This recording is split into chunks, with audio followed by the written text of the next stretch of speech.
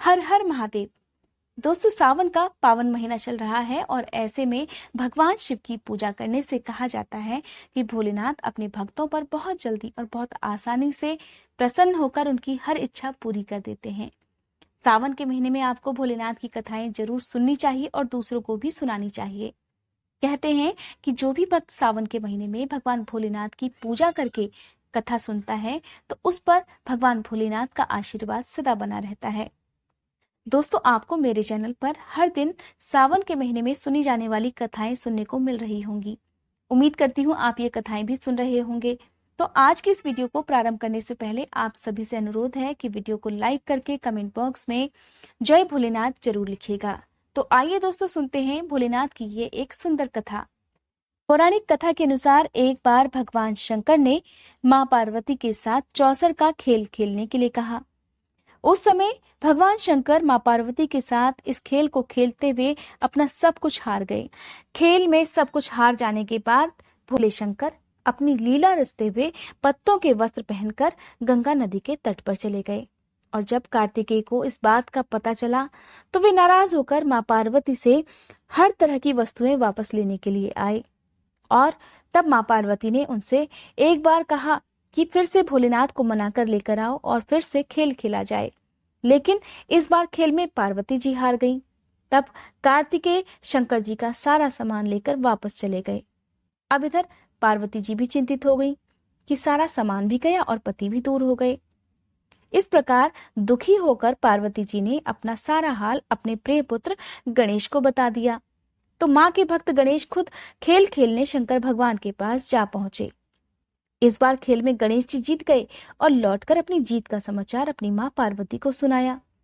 इस पर पार्वती ने कहा कि उन्हें अपने पिता को भी साथ लेकर आना चाहिए। अब गणेश जी फिर से भोलेनाथ की खोज करने के लिए निकल पड़े। इस प्रकार उनकी भेंट भोलेनाथ से हो ही गई। जब गणेश जी वहां पहुंचे तो उस समय भोले शंकर पुत्र कार्तिकेय और भगवान श्री हरि के साथ भ्रमण कर रहे थे। उधर पार्वती से नाराज होकर भोलेनाथ ने वापस लौटने से भी मना कर दिया। तब गणेश जी ने माता के उदास होने की बात भोलेनाथ को बता दी। ये बात सुनकर भोलेनाथ ने भगवान विष्णु को पासे का रूप धारण करने के लिए कह दिया और गणेश को कह दिया कि हमने नया पासा तैयार किया है। अगर तुम्हारी माँ खेल खेलने को फिर से सहमत हो तो ही मैं वापस चल सकता हूँ।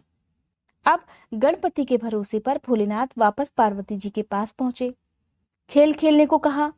अब इस पर पार्वती जी हंसी और कहा कि मेरे पास खेल खेलने के लिए तो कोई भी चीज नहीं बची जिससे खेल को खेला जा सके। लेकिन तभी नारद जी अपनी वीणा बजाते हुए वहां पर प्रकट हो गए और उन्होंने अपनी वीणा देवी पार्वती को दे दी। इस प्रकार देवी पार्वती ने खेल में वीणा को दांव पर लगा दिया। अब इस बार भी खेल में भोलेनाथ जीतने लगे।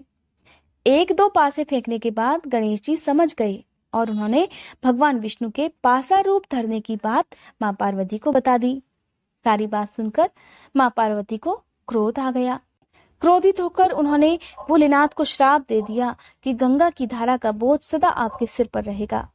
और नारद जी को भी कभी एक स्थान पर न टिकने का श्राप दे डाला, क्योंकि श्री हरि ने भी भोलेनाथ का साथ दिया था। तो देवी पार्वती ने उन्हें भी श्राप दे दिया और कहा कि एक समय में रावण तुम्हारा दुश्मन बनेगा। अब बारी आई कार्तिकेय की, तो मां पार्वती ने कार्तिकेय को हमेशा बाल रूप में होने का भी श्राप दे दिया। और इस बात को आप सभी जानते हैं कि देवी पार्वती के श्राप के बाद से ही नारद जी कभी एक जगह पर नहीं टिक पाते। भोलेनाथ की जटाओं में हमेशा गंगा बहती हैं। देवी पार्वती के श्राप के अनुसार ही भगवान विष्णु को श्री राम का अवतार लेना पड़ा था और उस जन्म में रावण उनका शत्रु बना था और कार्तिकेय को बाल रूप में ही पूजा जाता है। तो दोस्तों, ये थी आज की वीडियो। उम्मीद करती हूँ ये वीडियो आपको पसंद आई होगी। अगर आज की ये वीडियो आपको अच्छी लगी हो तो मेरे चैनल को जरूर सब्सक्राइब कीजिएगा।